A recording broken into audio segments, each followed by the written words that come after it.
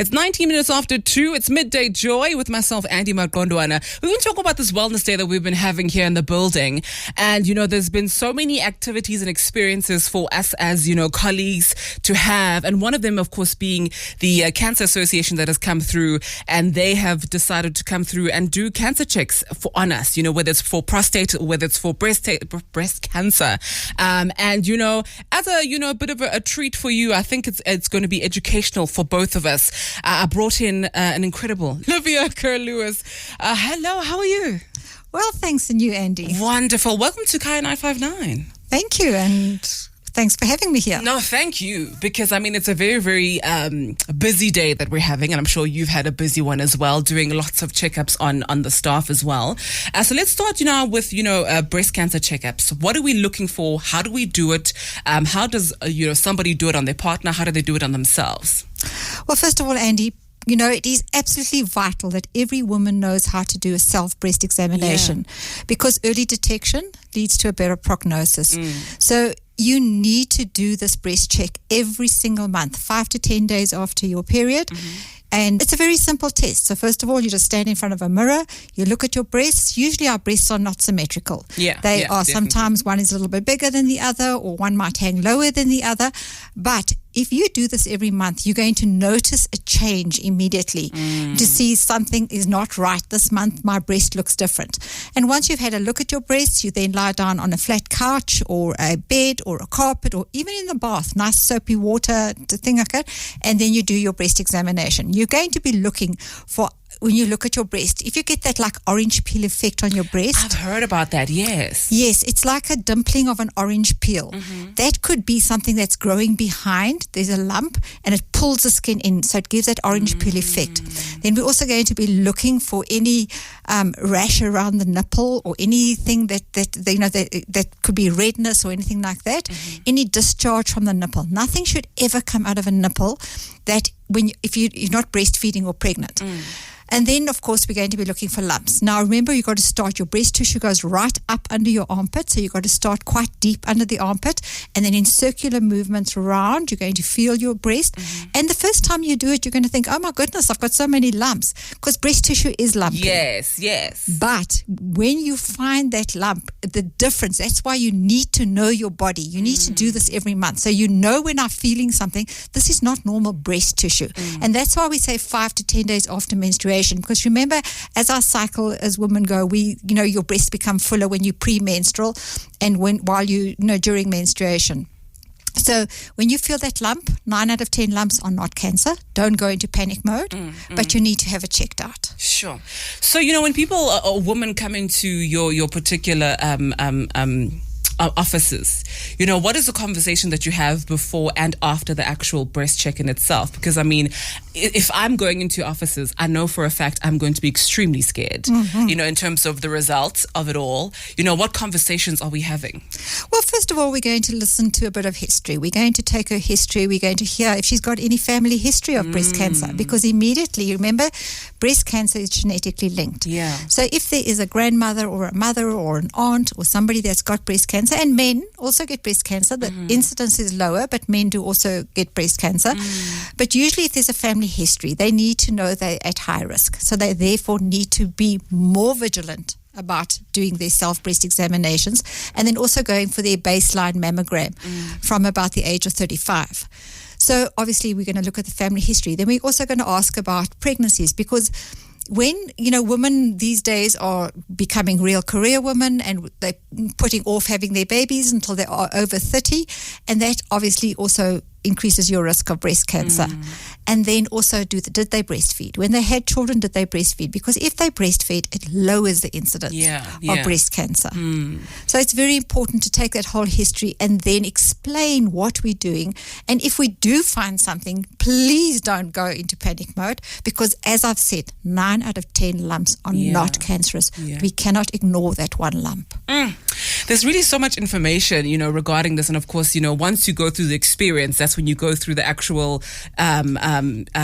experimenting phase, and of course finding out information about yourself. And I think the important part that you said about it was to know your body and to have a relationship with your body. Okay, absolutely. So I think it's better that we show rather than say. So I'm going to play a few songs, and I'm going to take my my bra off. You know, I trust you, Olivia. Okay, if I'm going to take my bra off for you. Trust me, Andy. I'm going to take my bra off, and we're going to do a bit of a demonstration as to how to do a breast examination. Okay.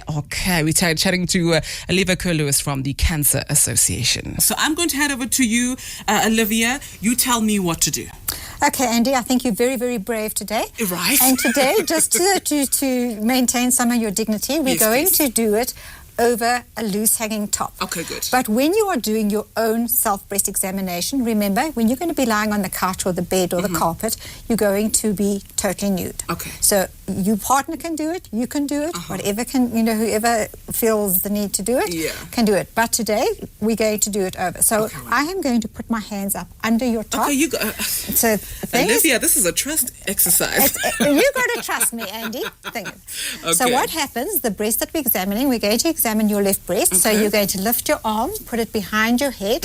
And if you were doing your own breast examination, you would then bring your right hand and you would use the 3 middle fingers flat, not pointed, because then you might just hurt yourself. Yes. So it's with a flat hand. Okay. So we're going to be starting right up at the top, because remember, breast tissue goes right up to the top and into your armpit. So we're going to be feeling, so it's circular movements, and which I'm feeling now. I'm going to do these circular movements. I'm going to cover your whole breast. Okay. And as we feel, we make the circle smaller and smaller. As you go underneath.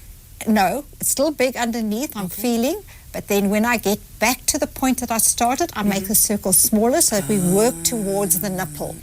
Oh, I understand. Got you. Okay. So there. So now I'm feeling around. And as I said, the first time you do this, you're going to think, oh my goodness, how many lumps are there?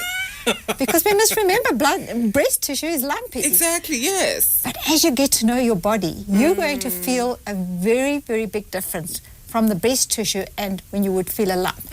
Now, a lump it's not always round. It doesn't always hurt. Sometimes you're not aware of it, and sometimes it could just feel like a little frozen pea. And sometimes when it's not round, it could be a little elongated, but it's almost like a thickening. So therefore, you feel deep into the breast like that. Don't hurt yourself. But as I say, I'm going round in circles. I'm doing it round. Got you. And round. And I'm feeling it. And it feels really, but remember, as I said before, this is 5 to 10 days after menstruation, because if we don't do it, if we do it while you're premenstrual, then your breasts are usually heavier and fuller. Much. And then you would also feel a lot more lumps because of the hormones that would be, elevated in your breast. But I feel that you're not actually pressing that hard either as well. You don't have to hurt yourself. Okay. It's a firm down press like that, and you can pick it up like that. And then when we get to the nipple, we give a gentle squeeze the one way, and then a gentle squeeze the next way. And that way, as I've said, nothing should come out of the nipple unless you are breastfeeding or are pregnant.